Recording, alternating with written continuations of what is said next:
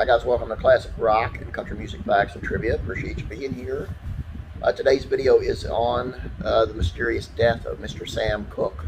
Now, let me be totally honest with you, I had no idea about any of this until looking into it. Someone asked me to do something on Sam Cooke, and I'm like, oh cool, great voice, great entertainer. Wow, what a way to go. It really shocked me. Tell you what, before we get started, please subscribe. Please share these with family and friends. Let's see what happened to Sam Cooke. In 1964, Sam Cooke was shot and killed by the manager of a cheap hotel in Los Angeles, California. After the police investigation, courts concluded that his death was justifiable homicide, though Cooke's family never accepted the conclusion, nor the alleged circumstances around his demise. Cooke was killed on December 11, 1964. It happened at the Hacienda Motel in South Central LA, located at 91st and South Figueroa Street. At the time, police came to the location, answering separate calls of a shooting and a kidnapping at the motel. It was there they found Cooke's body, which had been sustained a gunshot wound in the chest that pierced his heart. The motel manager, Bertha Franklin, admitted that she shot Cooke, said it happened in self-defense, but her account was quickly disputed by Cooke's friends. The motel owner, Evelyn Carr, said she was on the phone with Franklin when Cooke's intruded, and she heard the gunshot and subsequently called the police. Cooke had checked into the motel earlier that night. Franklin said Cooke had begun to bang on her office door, shouting, "Where's the girl?"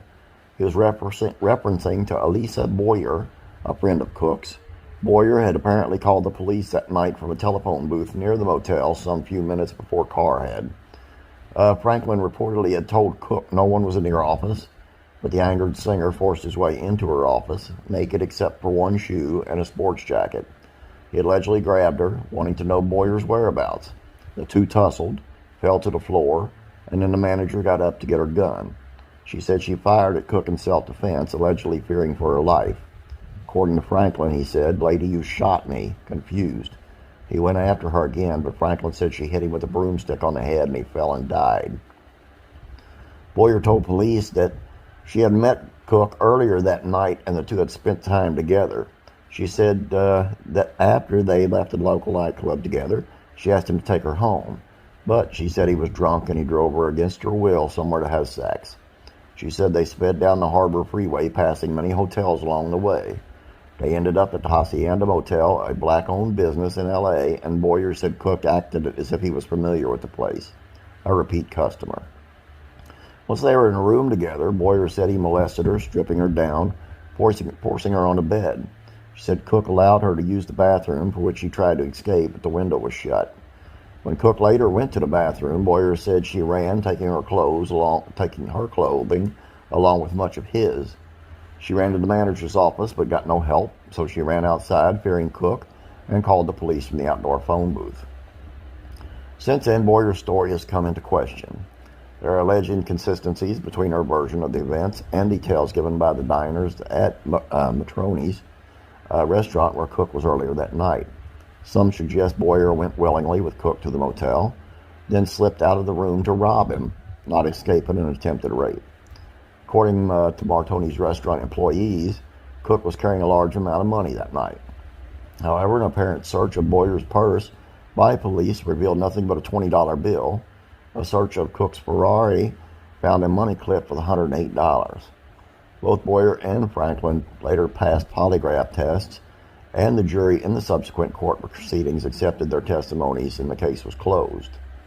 Now, some of Cooke's friends and family, however, have rejected Boyer's, Carr's, and Franklin's versions. They believe there was a conspiracy to murder the now legendary singer. Said boxer Muhammad Ali, "If Cooke had been Frank Sinatra, the Beatles, or Ricky Nelson, the FBI would be investigating." Singer Etta James saw Cooke's body before his funeral and questioned the veracity of the official version of the events. She said that injuries she observed in Cooke were beyond the official account. James said that she saw Cooke was so badly hurt and beaten that his head was nearly separated from his shoulders. His hands were broken and crushed, she said, his nose mangled. Since then, some have suggested that Cooke's manager, Alan Klein, had a role in his murder, yet no concrete evidence to support a criminal conspiracy has been given. A mystery is a mystery is a mystery. I wouldn't know where to begin to start on that, as I don't really believe what anybody said, to be honest with you. I'm just the picture that was taken of the Franklin woman after shooting him, that was the picture I showed you on here, according to where I got it from. So that picture was taken right after she shot him, and she looked like, to me, she had a big smile on her face. I don't know. Is what it is. I mean, there's nothing, doesn't look like anyone wants to dwell more into it to see, what it is, but I don't know. It seemed like a big mess to me. God rest his soul. Appreciate you guys being here. Please don't forget to subscribe, and please share these out with your family and friends. Have a great day. God bless you, and I'll be praying for you.